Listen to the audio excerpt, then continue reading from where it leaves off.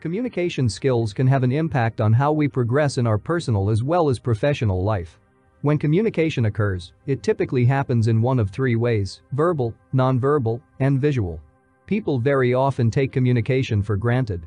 Communicators constantly exchange information, meaning people always seem to be either receiving or giving information. We could have a great idea for a new business, but are unable to communicate it to our business partners or investors, verbally, non-verbally, and visually. As such, our idea will not progress very far. The same concept is true with our customers and the market. If we can't convince them about our product offerings, the market will simply move ahead to the other available alternatives.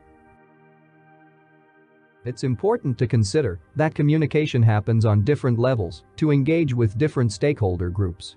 Every channel of communication will allow us to better connect with the market, and channels of communication would include advertisement on the radio, advertisement on television, billboards, email campaigns, push notification, and through social media sites like Facebook, Instagram, and Twitter. While effective communication skills must be ingrained in all employees of an organization, however, customer service representatives who deal directly with customers face a different challenge than their counterparts whose role are indirectly customer-facing, for example, interacting with customers online or telephone.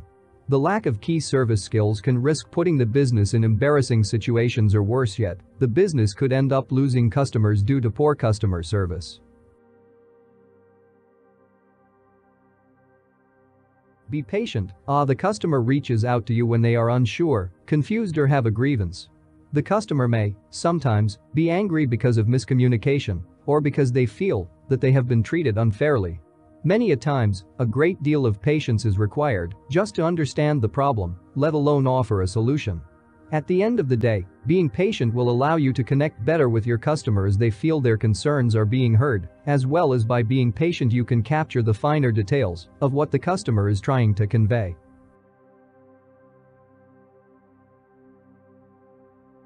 Be consistent, as the turnaround time for any service that is communicated to the customer must be the same across all levels and departments within the organization. It is the responsibility of management to ensure that staff is communicated accurate turnaround times, and it's the accountability of the staff to ensure they follow the specified guidelines and timelines. This information is contained within an organization's policy and procedures, which can be used to set the customer's expectations. Any disparity in this will definitely lead to an unhappy customer and create a service gap, as in a gap or difference between what the customer expects and what we as an organization deliver.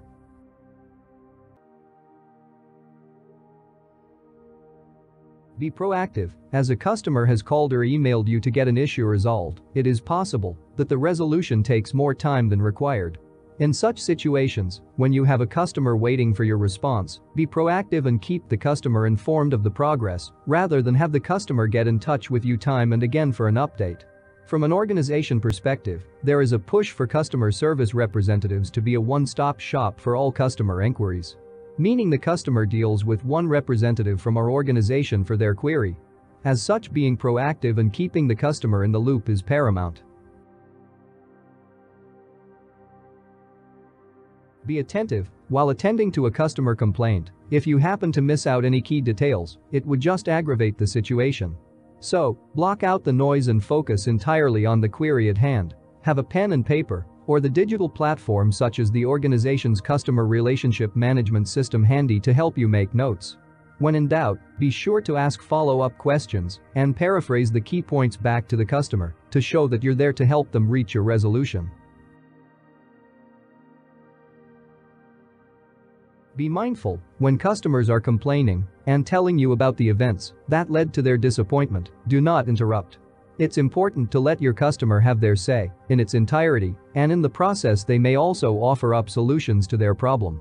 You may have heard the same scenario before, and you might think that offering a quick solution would make for great customer service.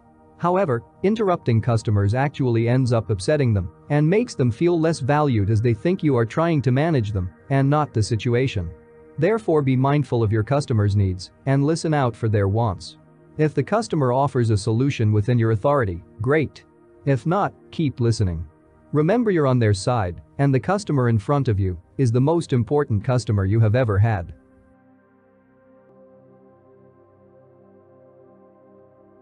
Be knowledgeable. Customer queries can be anything under the sun, and the best way to serve our customers' diverse needs is by knowing what it is we do, how we do, and the product service our brand offers.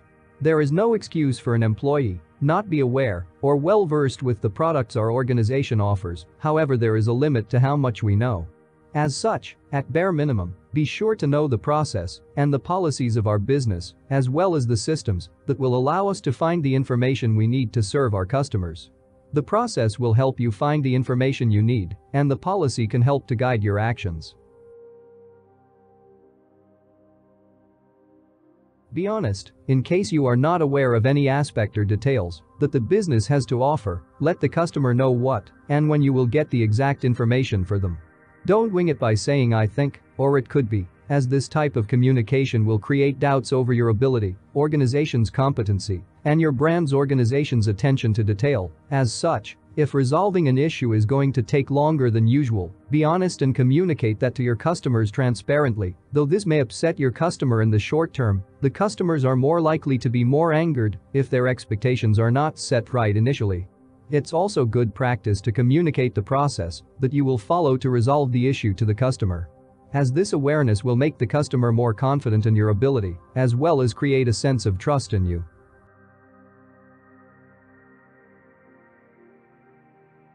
Be present. Active listening and acknowledgements do wonders for building up the trust between yourself and your client. Your body language and actions truly speak louder than words. When customers are communicating with you, they should not feel uncared for. As such, make sure you actively listen, ensuring that the customer doesn't have to repeat themselves. However, it's okay for you to ask follow-up questions to confirm you have all necessary details to resolve the problem at hand.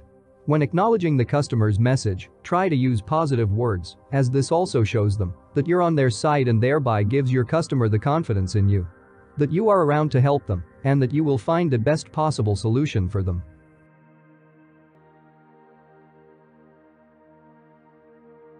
Be flexible in your message delivery by analogizing your message to help the customer connect with what you're trying to say, especially if you feel that the customer is finding it difficult to understand your solution.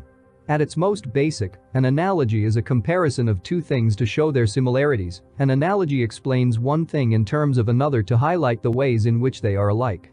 For example, life is like a box of chocolates. Sometimes you get the chocolate you want. It's also important to use non-technical terms to communicate in as simple or plain language as we can to our customers. There are often terms that are used at the organizational level or industry level that our customers are not likely to understand. As such, be flexible to the needs of your customer.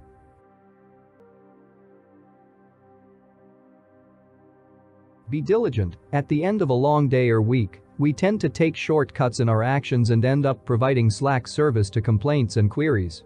It's been a long day and it's understandable that you're tired.